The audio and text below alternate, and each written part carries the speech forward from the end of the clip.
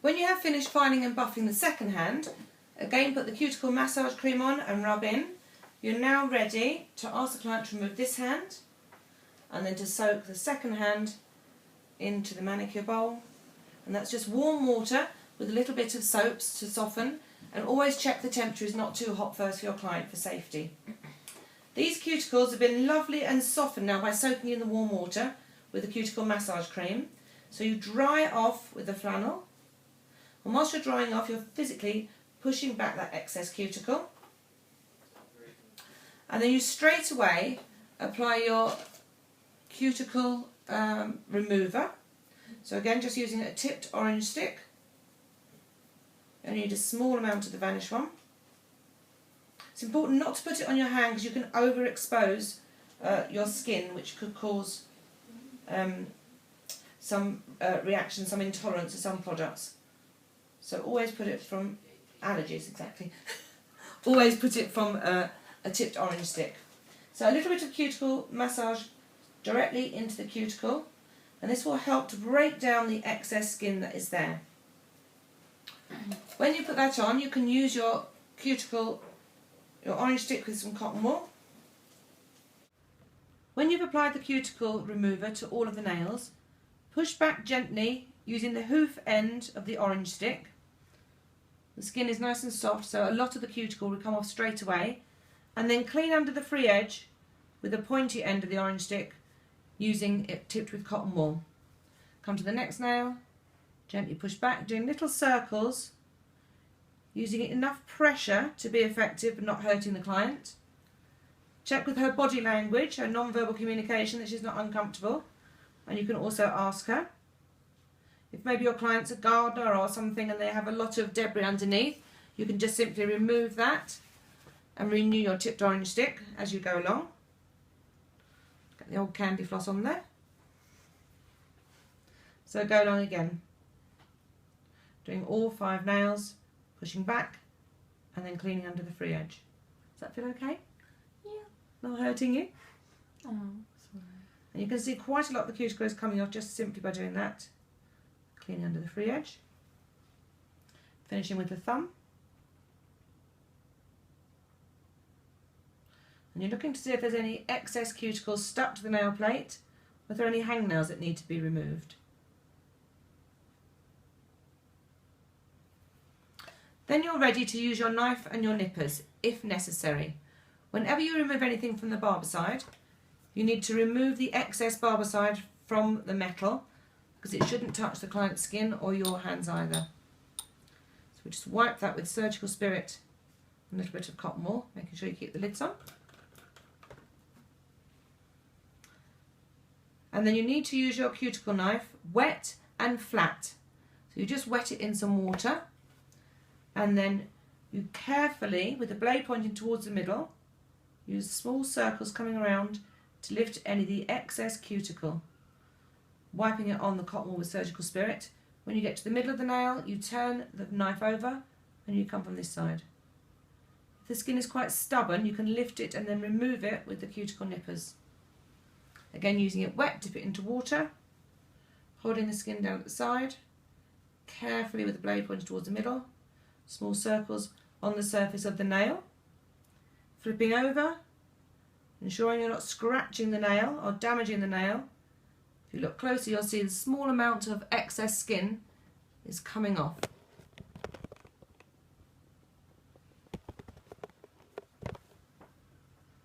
When you've completed all of the nails, you're now ready to use your nippers. The nippers are only used to take off any hangnails or any excess cuticle that the knife has lifted. They're not intended to give the whole cuticle area a trim.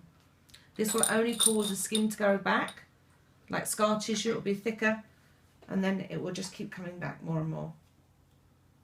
Again, wiping off with cotton wool and Surgical Spirit to make sure that none of the barbicide comes in contact with the skin. The nippers are actually spring-loaded, so they will come back into place themselves. With the blade pointing upwards, hold them in the palm of your hand, carefully turn them over, and always support the finger very, very firmly so that they're not going to be in any danger. Just take the nippers around the excess skin or cuticle hangnail that you're removing, close it down firmly and take away. Wipe it off with your cotton wool with surgical spirit in a hygienic way, and then go on to the next nail. If necessary, you can now use the Cuticles hoof stick to now just mould the cuticle round. Small circles. This helps to see where there's any excess. So use this in conjunction. Load up.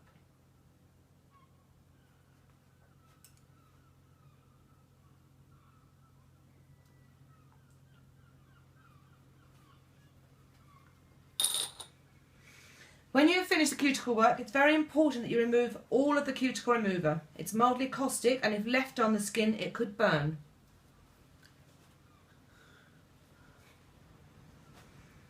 Cuticle work on both hands, you're ready for the nice relaxing massage. For a massage, you can use the oil or you can use cream. Client's choice, so you could try both and see which other ones they like.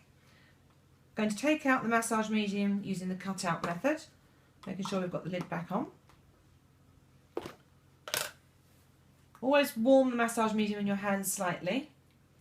And for a massage, the client's hand needs to be relaxed. They need to be all floppy, relaxed. So they need to be not taking the weight of the limb. So to apply your massage medium, use effleurage strokes. And make sure that you haven't got too much cream, otherwise you'll just be slipping all over the place, or too little, and then you'll be stretching and pulling the skin. So just make sure you've got just enough massage, medium. And then you can ask your client if she likes to have her massage firm, or how is the pressure, is that too strong for you, or is that okay? Happy with that?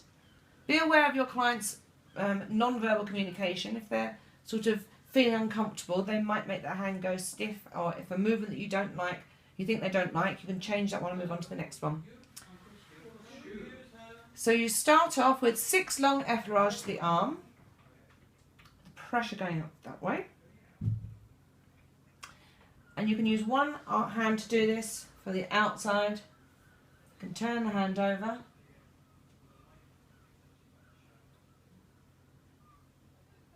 Do it to the other side. To check the client hasn't got any bruises or any cuts or abrasions, it might restrict his part of the treatment. Then you're going to do circular thumb frictions. Does that feel okay? Checking with the client. That's ticklish. A bit ticklish. Sometimes clients are ticklish. If they're ticklish, maybe you need to be a little bit firmer. You can do this on both sides of the arm. You repeat this one 6 times. We've got a ticklish client here today. Then you're going to do a petrissage, so picking up the muscle here and releasing. Try to keep a nice even flow and not rush the massage. Also remember not to chat all the way through. It should be nice and relaxing for the client. Does that feel okay? She's very ticklish. Then you can, if you like, do little thumb frictions around the elbows. Some clients find this quite ticklish. So if they do, I would leave that one out. I would just do some thumb frictions. Very ticklish, this client. Then you're going to do some thumb frictions around the carpal bones. The wrist bones here. Is that okay? Just got the giggles. Push that there. And then very gently some wrist rotation. So you link fingers. Try to ask your client to relax. And then very slowly. 3 wrist rotations each way. Making sure that you're taking the weight of the client's hand and arm.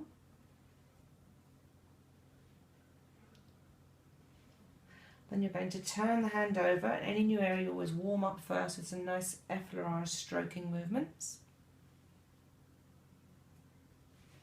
And then some friction movements in the palm. You get a lot of tension, the muscles in their hands. Stretch out the palm. Feel okay? Mm-hmm. Ticklish.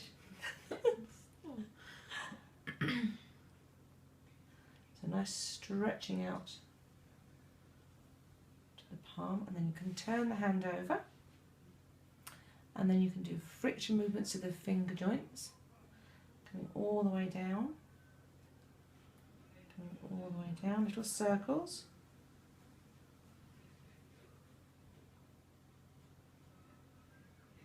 And then supporting the hand, gently pull each finger and rotate slightly.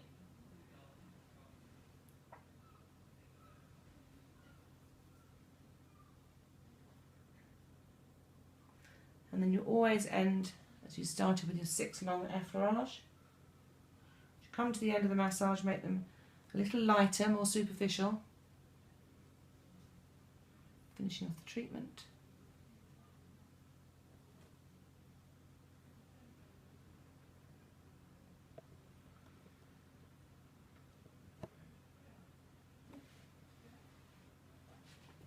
When you finish the massage to both hands and arms, you're ready for the finish. If a client does not want any colour, they can have a 3-way buffer.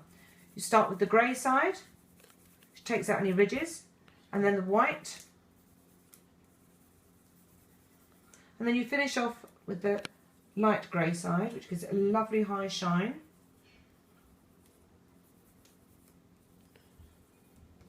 So you can see it's a nice shine now. And then end with some cuticle oil. Rub that into the nail. So that's a lovely natural finish that the client have. Maybe they can't wear nail varnish to work. Maybe it's a male client. Maybe they just want to have a nice natural finish. If they're going to have a paint, before you paint you must always squeak the nails. And that just means you take some nail varnish remover on cotton wool and you just take off any excess oil that may be on the nail plate that will stop the nail varnish sticking to the nail. So this is really carefully prepping the nail. Be careful not to get any nail varnish remover onto the skin where possible, because it will dehydrate the skin. As well. You'll prepare all 10 fingers for painting. And always going to start with a base coat, or you can use a conditioning nail strengthening base coat, depending on the client's skin type, nail type, and what they want from the treatment. So the base coat should always be applied in 3 strokes. And what the base coat does is it helps the nail varnish to stick to the natural nail. It helps to prevent chipping. Give it a good shake before we start. And it will make the nail varnish finish last much longer. So the first coat should go towards the cuticle but not touch it. Draw back lightly. This nail base coat is resurface, so this is for any clients that have got slight ridges in their nails. It will help to even those out before the colour finish is applied. You need to let the brush do the work. So you load up your brush on one side and then supporting the finger about 2/3 of the way down towards the cuticle, being careful not to touch the cuticle. You should always have a tiny gap when you're painting nails around the cuticle and the side walls. You come to the thumb, you may need to do 4 strokes, it's slightly wider. One to the middle, turn the brush to the side, to the other side, and then another stroke in the middle. Continue with the other hand. When you're painting the nails, it's a good idea to practice with a dark colour so you can see where your mistakes are.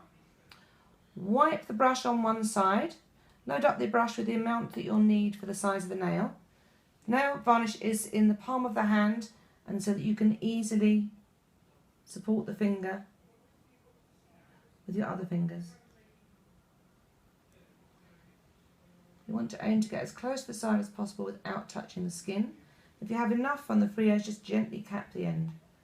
If you happen to do that, take your nail varnish remover on a tipped orange stick and remove it, ideally when it's still wet. You're aiming for 3 strokes when you paint. The first stroke should be down the middle towards the cuticle. Let the brush spread out and do the work. Towards the cuticle and don't touch it. Draw back. Turn the finger to the side, bring the sidewalls down. Have a nice line at the side. And then this side to join them up.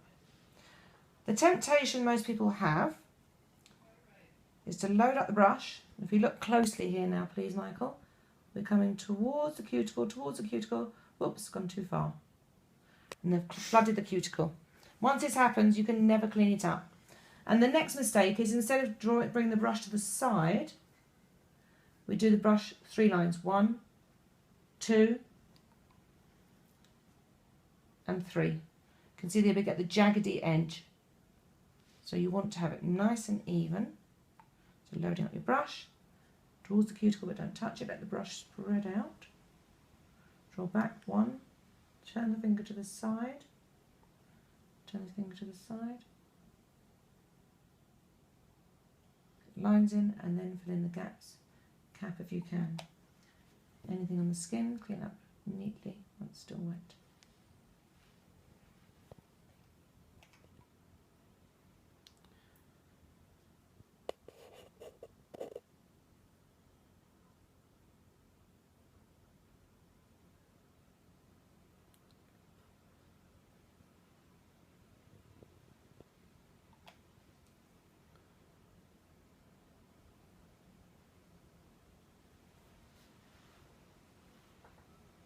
Always 2 coats of colour and then a top coat. You'll see with the second coat the colour will change. Get the more solid deep red. If you're using a pearlised nail varnish, you don't need to have a top coat. With cream colours you do.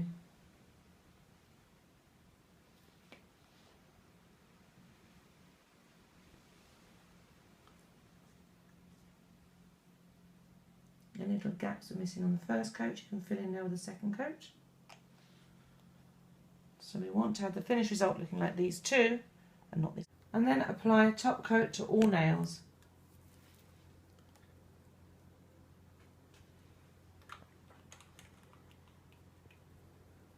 Always finish your treatment with aftercare advice for your client and book them their next appointment.